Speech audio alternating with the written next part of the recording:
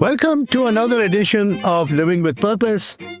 Today, I have Stephanie Ellis Smith. Stephanie is a colleague, a dear friend, somebody that lives in Seattle. We have interacted with each other for decades now. But she is one of these people who is completely committed to changing the way in which we think about investments in society and how people show up and how people from different communities coalesce together to make sure that all of us are extending the common good. So please join me in welcoming Stephanie to the podcast. Well, thank you. It's so nice to be here. I so appreciate this invitation and opportunity. Absolutely. So let's start off with talk to me about your journey, the family that you were born into, how you were raised. What are some insights that we can draw from that? And then we'll talk a little bit about your journey to what you're doing today with Phīla Engaged, which is your philanthropic practice that you work with clients from all over the country and all over the world. I am originally from Los Angeles, and my parents were raised in Los Angeles, but they were part of the story of the Great Migration from the South. I come from Black American families from Louisiana, New Orleans, and Memphis, Tennessee. And in the 40s and 50s, if anyone knows that story, it was a time when Black Americans were moving out of the South in droves, looking for opportunity and going anywhere they could for better opportunities for their families. And so they would go north. And in many cases, in ours, they went west. And a lot of times that was driven by the railroad lines, basically. There was nothing magical about folks deciding where they were going to go. It was the easiest path out from where they were. So they landed in Los Angeles in the early 50s. And I was raised there. I have a younger sister. And both sets of my grandparents, and this is just kind of interesting. I think sometimes people are like, wow, this sounds like an old school kind of village story, but we were this village. My sister and I were raised by 6 adults, essentially, both sets of my grandparents and my 2 parents.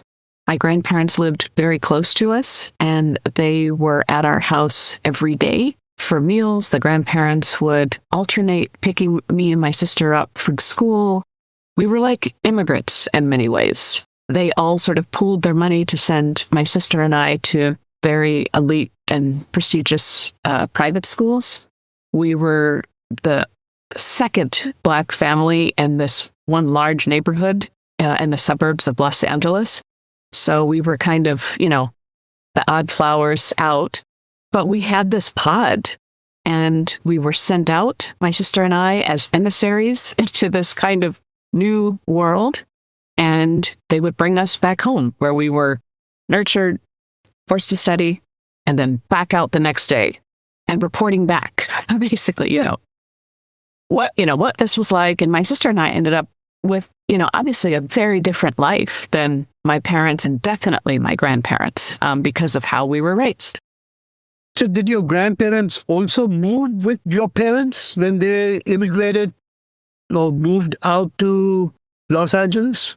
That's a good question. It's my grandparents that moved out to Los Angeles with their small children. Okay. Yeah. Okay. So it was my grandparents' impetus to make the change.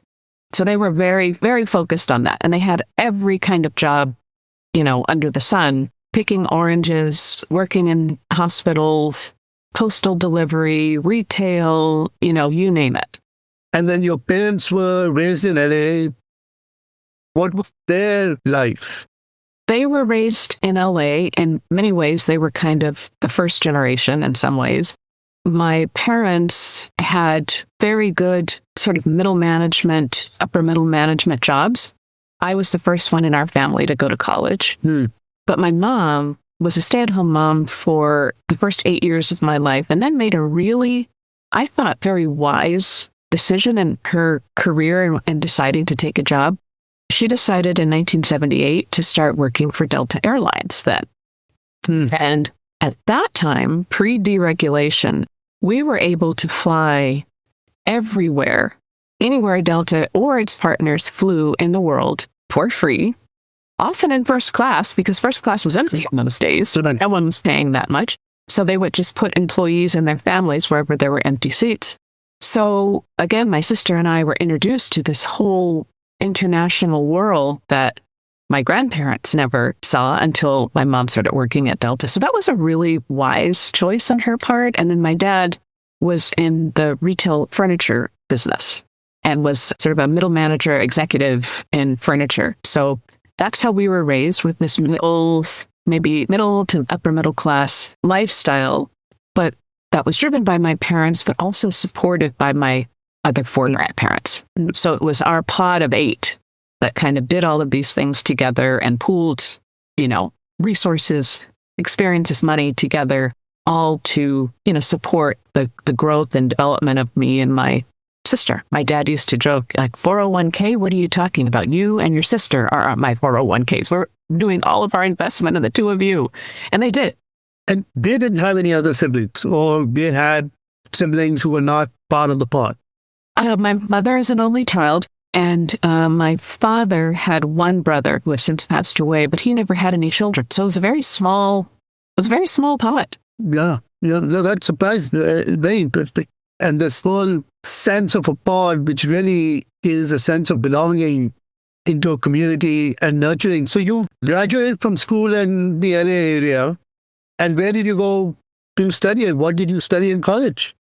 I went to university at UCLA, which was my dream school, because at the time I was very much interested in medicine and science. I was a STEM kid in those days, and my mom was always hoping that I'd go to a prestigious liberal arts college on the East Coast, like Wesleyan, which was her dream. And I was like, I don't want to do that. And so we had this tug of war, but I got into my dream school and I studied, initially I was a science major, biology, and then microbiology. But then I kind of realized how long the path was. And I so enjoyed the humanities and literature and reading. I was a big reader as a kid. I was one of those kids that was always in a corner with a book reading and had to be forced out to go to recess and play.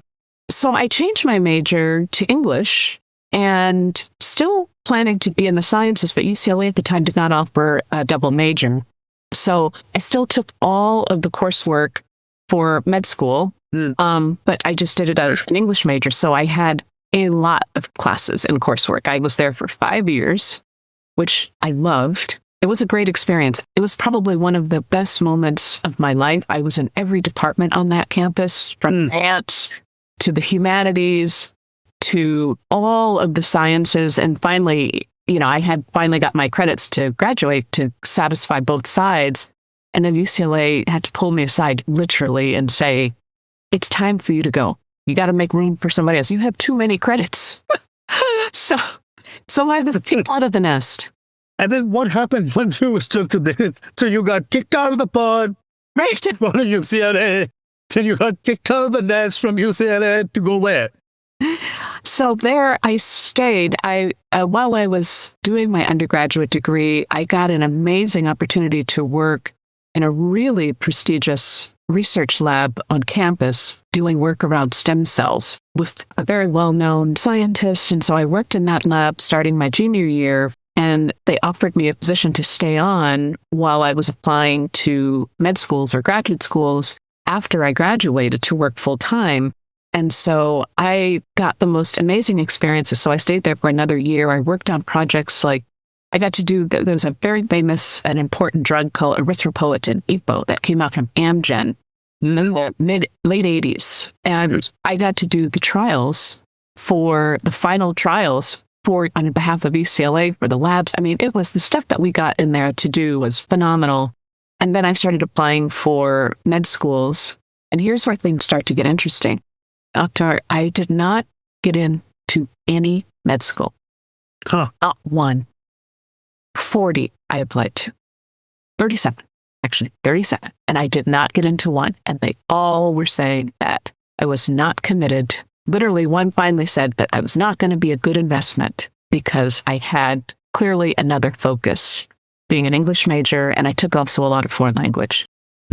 Now, today, this is what you want maybe in a doctor, someone who has a focus on the humanities, that can speak different languages. They saw it as not focused and not a good investment. It was absolutely devastating. And I kind of appreciating your framework of being kicked out of nests. I was kicked out of this nest and forced to sort of reevaluate. And that was a very, very difficult moment in my life. It was absolutely horrible. It was my whole identity. That's all I was ever thinking of doing. So you're at the crossroad, literally, of deciding what you're going to do. So how did that decision making happen? How did that pod come together to help you? And clearly, you're doing great and making a big impact. Well, for spoiler alert, when you get really big setbacks like that, it feels like the end of the world, but it's rarely the end of the world. So there's the spoiler alert of how things end up. But in that moment of transition, it's so hard. And at that point, I had gotten married. My husband is an academic. He was finishing his dissertation. I wanted to get out of Los Angeles. We ended up coming to Seattle. We thought we would be here for a little bit. And it was getting all these mixed messages. I was hired at an HIV retrovirus lab here at the University of Washington. And they were all surprised. Why, you should be in school by now. And I'm like, yeah, I wasn't a good fit apparently. And so it was there that they said, well, think about an MD PhD program. That's better for you. And that's what we really need. Bench scientists, because I had done a lot of bench science work. So I did that here. I worked for 2 years here. And then I realized as I'm sitting in there and retooling, I said, I don't think I actually want to do this. I was married to a Russian historian. I was so interested in the types of things that he was doing. And then I made my own decision to kick my own self out of the nest and say, I think I need to pivot from science.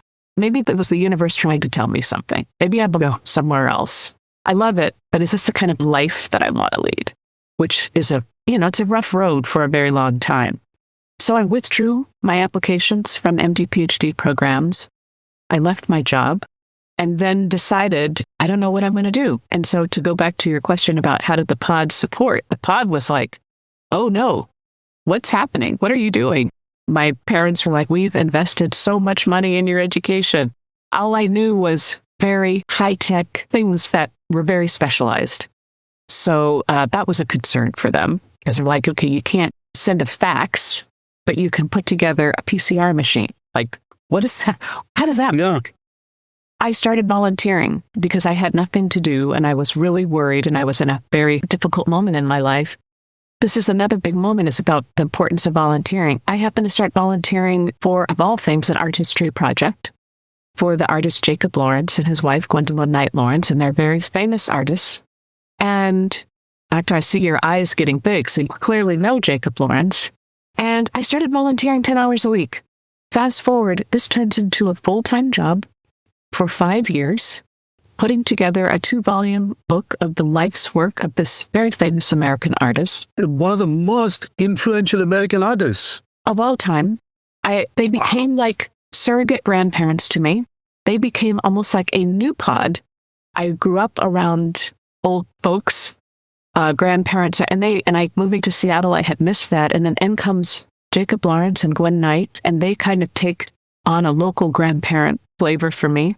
And that sets me off on the path to which I am on now, around purpose, around community engagement, arts, the culture of people, and how to make a difference in a different way in the world. My science life would have made a difference in the world, I would hope. But this is in a different way. And I increasingly started feeling and becoming more and more of myself after that experience. I didn't know that. This is what I love about this podcast. I feel that I know people and I've known them for decades. And then I find this one interesting nugget that just completely blows my mind that you actually did the book. Yes. For Jacob Lawrence? With 2 art historians, yes. No, but still, with that just being in close proximity of one of the most influential American Black artists, from the Pacific Northwest that has been a source of influence for so many local artists here. It is extraordinary. Yeah, and all over the world. And what I'm just finding so fascinating is that how you always found a little pod Yeah. or a nest to come back to. So here you are in this art space in a world that is really shaping culture around us. And from there, you create another nest, which is really around financial advising, and then focus on this collective giving, these communities of color that come together to invest in the common good. So how did that transition take place, and how did you go get yourself certified to be a financial advisor? Well, I'm a philanthropic advisor, so I'm not, I have opinions on financial advising. I am not qualified. My bad. No, I just want to make sure everyone knows I am not qualified to give anybody financial advice. I can give you philanthropic advice. It's there. It came from that work because all of the social community work that I have done since working at the Jacob Lawrence Project, I've always been tied to the donors, the collectors. I've been a fundraiser, that whole sort of social career. And as I'm talking with donors and spending time with them, I ended up hearing so much about their hopes, dreams, what they were looking for how they would like to contribute to making this world a little bit better place, using what resources they have, whether it's their art collection, their financial resources, their time, their talent, their treasure, whatever it is, trying to help them make good decisions about that. And so it's through all of that work that I ended up in 2017 starting this firm, Phīla Engaged Giving, which is all about that, working with donors and individuals, couples, families, on how to use their resources to make good, charitable, philanthropic investments in the communities that they care about. And those communities may be hyper-local, they may be national, they may be global. But how best to use the levers at their disposal to do good in the world. And it's such a privilege to be a part of these conversations and to be around these families, whether it's trying to bring multi-generational families together to do something themselves collective. If it's an individual who has just maybe come into, whether it's an inheritance or they had an IPO or something like that, and should not all be for me. How do I use what I have to contribute and give something back to the community that made me? It could be couples who are trying to do something together. So it's just a number of different ways of looking at it, but it's a really wonderful place to be. And frankly, it's a wonderful way to wind down my career. This will be the last thing that I do. And it feels so rewarding. Such a fascinating journey. And clearly purpose has been a underlying foundation to the work that you've done. So talk a little bit about the importance of purpose, how that has driven you, and especially how that motivated you during the time that you got your 37 rejections from medical school. So talk a little bit about that. Yeah, purpose, and it's so interesting too that that's the focus of this podcast and this question you're asking me, because it's what we try to find, or at least help our clients find, in all of the work that we do in philanthropy. It's, why are you doing this? What are you here for? And there's not always an immediate answer. Sometimes it takes a while to find it. And those answers also may change over time. And that's okay too. But I think for me, the driving force has always been, what can I do? What does the world need? And pair that with, what can I do to be additive? As my son would say, a net positive in this world. And at different points in my life, I had different skills. But as I became an adult and going through the 20s, which is when all this transition happened, which is a normal time for change and self-exploration, keeping an eye on what is going to give me the most joy in life, paired with what does this world need, helped me find my purpose. And how I did that, I don't know. It's the search. It's waking up every morning and putting one foot in front of the other. Finding purpose comes from action. It comes from doing. You can't sit and wait for the purpose to just magically come into your head. It's a search, and it is literally a journey, a physical journey, I believe. I completely agree with you. Purpose has to be action. Otherwise, it has no meaning. It has no meaning. Correct.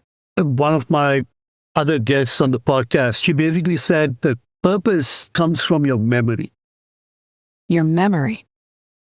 And she said that it is only because of the experiences that you've gone through that actually build on your purpose. That's right.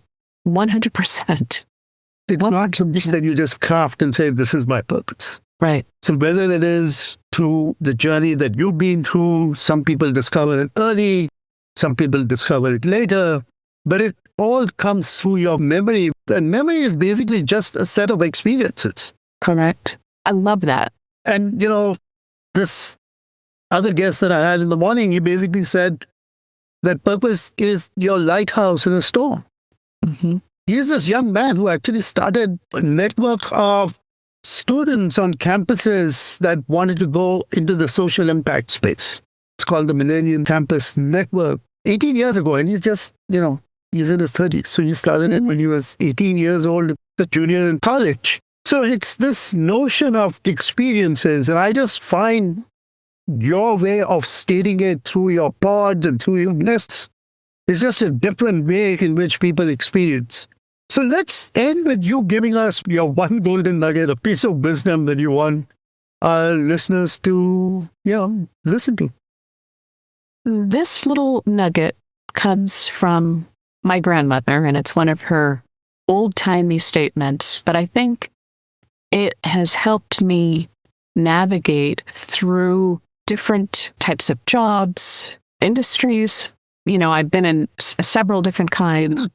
And she said that a good name is worth more than gold. And it's so simple, but it's also very true because it speaks to integrity. Yeah.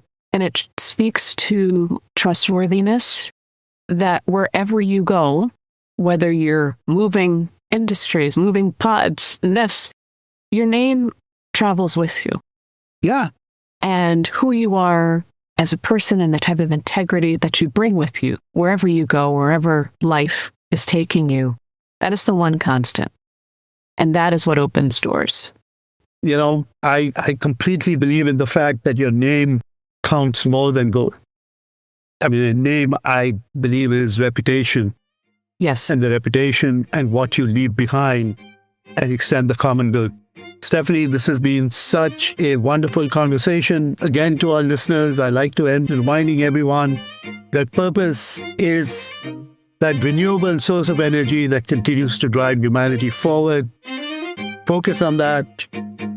Thank you very much, Stephanie, for being part of the conversation. Thank you. This was lovely.